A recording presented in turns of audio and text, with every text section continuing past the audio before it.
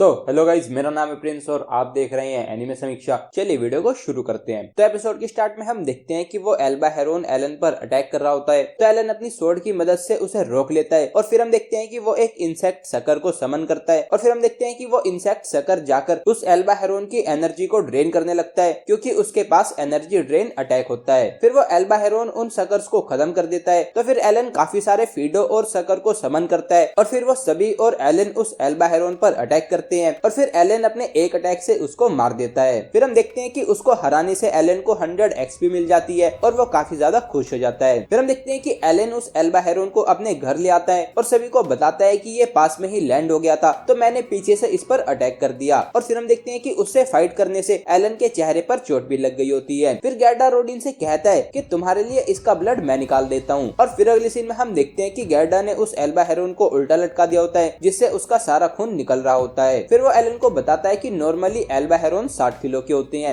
लेकिन ब्लड निकाल देने पर वो सिर्फ 20 किलो ही रह जाते हैं और उसमें से सिर्फ आधा ही मीट खाने लायक होता है। फिर गैर्डा उसको बताता है कि इनके विंग्स थोड़े महंगे बिक जाते हैं, लेकिन उसका आधे से ज्यादा हमें अपर क्लास को देना पड़ता है। फिर गैर्डा एलन को बताता है कि उन्हें ई रैंक मोस्टर के लिए टैक्स नहीं देना पड़ता, लेकिन एल्बा हेरोन डी रैंक है तो उसके लिए उनको 60% टैक्स देना पड़ता है। और फिर गैर्डा उस एल्बा हेरोन का मैजिक स्टोन निकाल देता है और फिर एलन से कहता है कि डी रैंक या उससे ऊपर के मॉन्स्टर्स के मैजिक स्टोन्स भी टैक्स के अंदर ही आते हैं, लेकिन वैसे भी हमारे लिए ये यूजलेस ही हैं। फिर गैर्डा एलन से कहता है कि हम तुम्हारे डैड के इंजर्ड होने का बहाना बनाकर इनका ज्यादा हिस्सा मांग सकते हैं। तो एलन उससे कहता है कि मेरे पास एक आइडिया है और फिर वो उसे गैर्डा को बताने लगता है। और फिर अगले सीन में हम देखते हैं कि गैर्डा और एलन उस एल्बा हेरोन को लेकर विलेज चीफ डेबोजी के घर आ जाती है और गैर्डा उसको बताता है कि एलन ने उस एल्बा हेरोन को मारा है। और फिर गैर्डा उससे कहता है कि हम तुम्हें इसके पूरे विंग्स टैक्स के रूप में देंगे, तो बाकी सब कुछ हम रख सकते हैं, है ना। तो डिबोजी उससे कहता है बैरन ने इस साल ज्यादा मीट डिलीवर करने के लिए बोला है। तो फिर गैर्डा उसको वो मैजिक स्टोन भी देने के लिए कहता है, लेकिन हम देखते हैं कि ये भी चीफ को पसंद नहीं आता। तो गैर्डा उससे कहता है कि अगर किसी ने हमसे उस इम्पॉसिबल काम के लिए नहीं बोला होता तो रोडिन को चोट न लगती और अब पता नहीं उसकी फैमिली विंटर को कैसे सर्वाइव करेगी। फिर हम देखते हैं कि एलन भी काफी भूखा होने की एक्टिंग करने लगता है और फिर हम देखते हैं कि ये सब कुछ देखकर चीफ उनकी बात मान लेता है। तभी एलन उससे कहता है कि तो फ्यूचर में भी हम उनका मीट रखकर तुम्हें सिर्फ मैजिक स्टोन और विंग्स दे सकते हैं,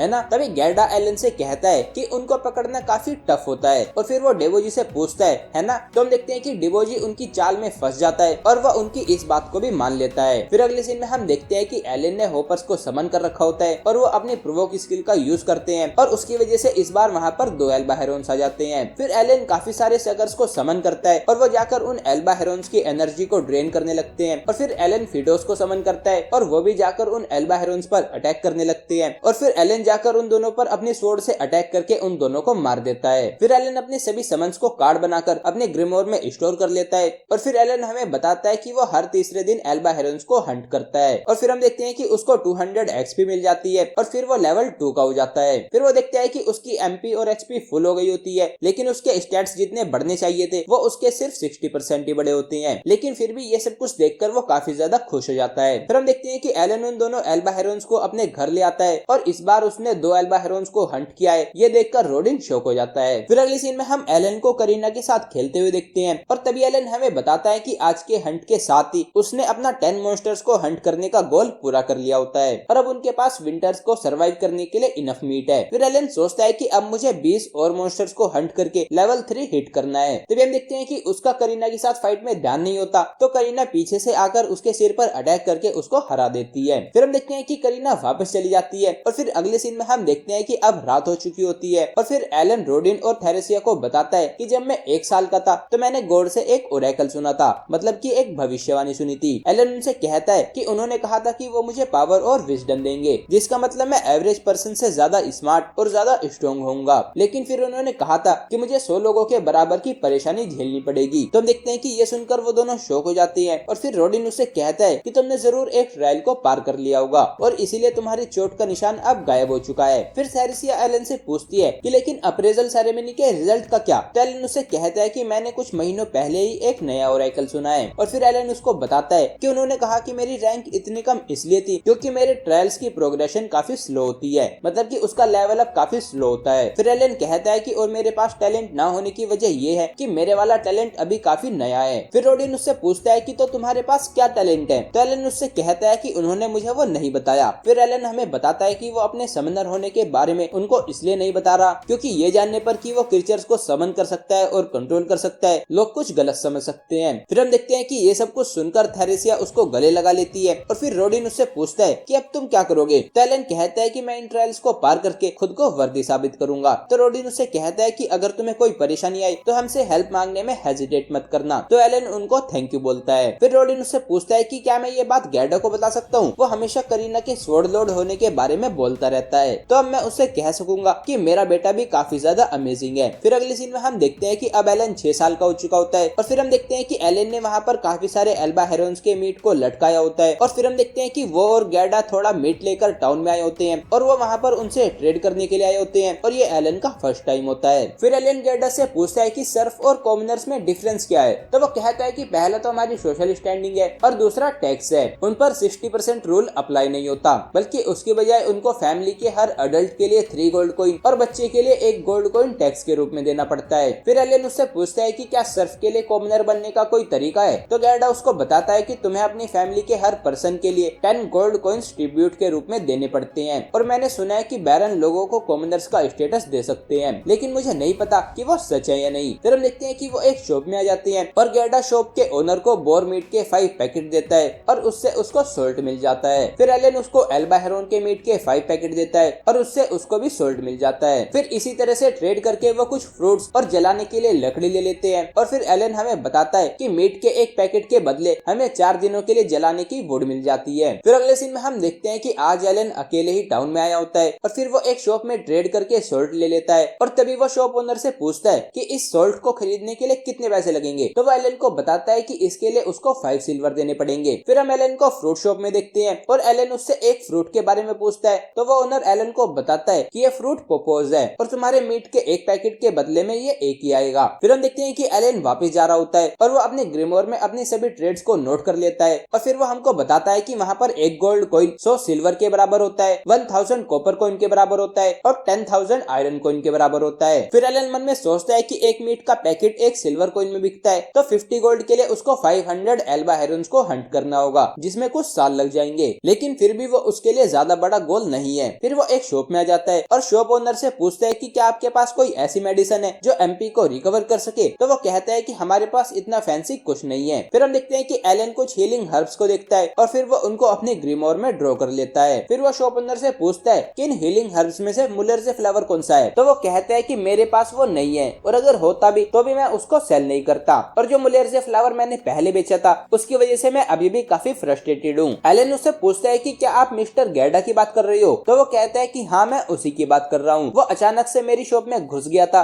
और मेरी बेस्ट मेडिसिन की डिमांड करने लगा, लेकिन मैंने उसको बताया कि वो 5 गोल्ड की है तो वो मुझसे उसे 3 गोल्ड में देने के लिए भीख मांगने लगा। उसने कहा कि वो बाद में मुझे बाकी के पैसे दे देगा और फिर वो बार बार अपने किसी फ्रेंड की हेल्प करने के लिए बोल रहा था तो मैं मान गया, लेकिन उसके पूरे पैसे वापस लाने तक मैं काफी परेशान था। हम देखते हैं कि ये सब सुनकर एलन उसको एक मीट का पैकेट दे देता है और कहता है कि आपके उस मुलेरजे फ्लावर को डिस्काउंट पर देने की वजह से मेरे फादर की जान बच पाई थी और फिर एलन उसको थैंक यू बोलता है। फिर अगले सीन में हम देखते हैं कि एलन बाहर से एक शॉप में कुछ वेपन्स को देखता है और वो देखता है कि उनकी कॉस्ट 50 सिल्वर होती है। तभी हम वहाँ पर डोगोरा और पेलोमस को देखते हैं और डोगोरा एलन से पूछता है कि तुम्हें हमारी शॉप से क्या चाहिए। तो एलन उससे कहता है कि कुछ नहीं और फिर वो वहाँ से जाने लगता है, लेकिन तभी हम देखते हैं कि डोगोरा जाकर एलन को मारता है और कहता है कि जब तक तुम मेरे सर्वेंट नहीं बन जाते तब तक तुम यहाँ से नहीं जा सकते। हम देखते हैं कि ये सुनकर एलन उस पर अपनी स्वॉर्ड पॉइंट कर देता है तो ये देखकर वो डर जाता है और फिर एलन उससे कहता है कि तुम जो चाहे वेपन लेकर आ सकते हो, मैं तुम्हारा यहीं पर वेट करूंगा।